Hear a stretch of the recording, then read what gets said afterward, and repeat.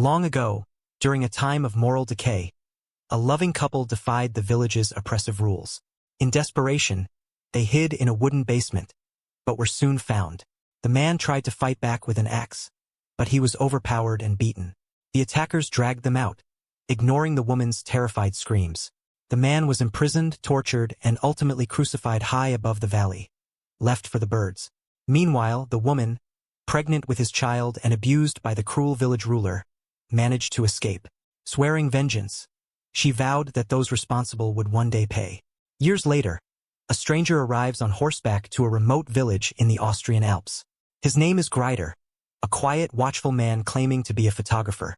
The town, ruled by the wealthy and ruthless old Brenner and his 6 domineering sons, Hans, Hubert, Otto, Luis, Eddie, and Rudolf, greets him with suspicion. When questioned, Greider says he's there to photograph the winter landscapes. Tossing a bag of coins at them, he secures a place to stay. To test his claim, the brothers ask him to demonstrate his photography. Intrigued by the rare equipment, the townspeople gather. Satisfied, old Brenner allows him to stay. Greider is sent to live with widow Gatarin and her daughter Lucy. Early on, he witnesses the brutality of the Brenner sons when one of them grabs Lucy violently by the neck. It's a grim introduction to the family's grip over the village. That night, Greider quietly hides a mysterious bag in the stable, suggesting he's more than he claims to be. At dinner, he explains he's American but speaks fluent German, thanks to his mother. When asked about his father, he says he died long ago. Later, Greider sees Lucy sneak into the stable to meet her fiancé, Lucas. Though in love and engaged, their secret meeting shows a looming threat over their future. The next day, Greider shows Lucy how a camera works. She's never seen one before. Among the photos is one of him with his mother. He offers to help the women with chores, chopping wood and joining Lucy on a trip to the village market. While Lucy shopped, Greider asked the shopkeepers, Wurton and her husband, for nails and coffee. The reason for the nails remained unclear. In the village, they crossed paths with the Brenner brothers. Otto tried to approach Lucy and offered Greider alcohol, which he politely refused. But with the Brenners' dominance over the town, no one dared stand up to them. Lucy, fearing for his safety, warned Greider to leave before the snow came, before it was too late. But Greider said nothing. He stayed, quietly exploring the valley with his camera, capturing the land's haunting beauty. He even stopped at the massive crucifix in the valley center and stared silently at the priest in church. Back at the house, Gatarin told Greider about Lucy's upcoming wedding. She asked him to take a photo of Lucy and Lucas before the ceremony as a gift. Odd as the request was, Greider agreed and photographed the couple in the season's first snowfall. With the old camera, they had to remain perfectly still for the shot. As snow blanketed the region, logging season began. It was dangerous work involving every able man in the village, including the Brenner sons. One group released logs down a chute while the others waited at the bottom. When one log got stuck midway, Eddie Brenner climbed up to check. But as the others waited below, the log suddenly broke loose, with Eddie on top. He was crushed to death. The village bell rang with sorrow. The townspeople gathered in mourning, but old Brenner, cold and unshaken, showed no emotion. As Eddie's lifeless body was carried back, Lucy spotted Greider in the distance on horseback, silently watching. The next day, wedding preparations continued, though unease hung in the air. Gatarin showed Lucy and Lucas's photo to Lucas's parents, hoping they'd stop the wedding. But the priest insisted the ceremony would proceed, by order of Mr. Brenner. Desperate, Lucy begged Lucas to run away with her. But Lucas, thinking of their aging parents, said he couldn't. Still, the idea of marrying in this village terrified them both. Lucy pleaded with him to do something. Watching their conversation from a distance, Greider returned to his room, pulled a locket from his pocket, and stared at it, his face tense with buried rage. The next day, Rudolf Brenner headed into the woods for his annual post-snowfall hunt. But his quiet pursuit was cut short when a sudden sound startled the deer. Investigating slowly, Rudolf was struck in the face by a wooden rod lined with nails, blinding him and sending him to his death. 3 days later, with no sign of Rudolf, old Brenner sent his remaining sons to search. Meanwhile, Greider began packing to leave. In the stable, he retrieved his hidden bag, revealing a gun. Lucy, shocked, reminded him that only the Brenners were allowed to carry weapons. Greider calmly told her the Brenners would soon come for him, and rode off.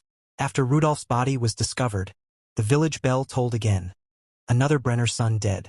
This time, the priest was present. But suspicions arose when old Brenner found a nail embedded in Rudolph's eye. Now convinced of foul play, the remaining brothers went to Lucy's home, but Greider, who had recently bought nails, was nowhere to be found. The heavy snowfall had covered his tracks. Despite everything, Mr. Brenner insisted the wedding proceed. As the villagers gathered at the church, Greider lay hidden in a mountain shelter, armed and waiting. The unease around the wedding had a dark reason. The Brenners still practiced prime noctis, the medieval right to sleep with a bride on her wedding night. Shockingly, the local priest still supported this barbaric custom. After the ceremony, Greider entered the church with his rifle and approached the priest for confession. In the booth, he calmly confessed to the murders of the Brenner brothers, then showed the priest a locket. Inside was a photo of a woman. The priest froze. The image brought back memories from over 2 decades ago. Memories he had buried in silence and guilt. That woman was Maria, Greider's mother. Years earlier, Maria had arrived in the valley with her parents during a famine. Desperate for survival, they struck a deal with old Brenner. Though warned what it meant, hunger forced them to stay. On the night before her wedding, Brenner claimed his right and took Maria by force. Her fiancé, Franz, tried to save her. The couple fled and hid at the inn, bribing the owners to keep their secret. But for a higher price, the innkeepers betrayed them. Franz paid the price, nailed to a giant crucifix, a cruel warning to the rest of the village. During the chaos, Maria managed to kick Brenner off his horse and escape the valley, fleeing to America while pregnant. Her parents, left behind, suffered Brenner's revenge. Now, the priest sat speechless, facing the consequences of his silent complicity. Greider was Maria's son, and he had returned for justice. Meanwhile, Lucy's wedding celebration continued. Only the Brenners were enjoying it, parading the bride around like a trophy. When Lucas tried to intervene, he was violently beaten, powerless to stop them. As the brothers began taking Lucy away, Greider appeared, blocking their path, rifle in hand. His voice was firm and wanted them to let go of her. Staring down the barrel of Greider's rifle aimed at Hans, the Brenner brothers froze. No one in the village was supposed to own a gun. Reluctantly, they backed off. At Greider's command, Lucy freed herself and ran back to Lucas. Before leaving, Greider challenged the remaining Brenners to a duel the next day, at their own farm, now his hideout since Rudolph's death. He then escorted Lucy home and moved her family into Lucas's house for safety. While Lucas was deeply grateful, his mother feared the wrath of the Brenners. Greider reassured them he would handle it. That night, Greider visited the innkeepers who once betrayed his mother. Holding the man at gunpoint, he forced the woman to swallow coins, payment for their treachery. Then he returned to the mountain cabin, waiting for dawn and the duel. But the Brenner brothers didn't wait. They attacked before sunrise, hoping to catch him off guard. Bullets rained on the cabin. Greider hid in the basement and survived the assault. When they moved in, he struck, killing Luis and engaging the rest in a brutal gunfight. Armed with a Winchester repeating rifle, Greider held the upper hand. The Brenners, less skilled and using clunkier hunting guns, stood little chance.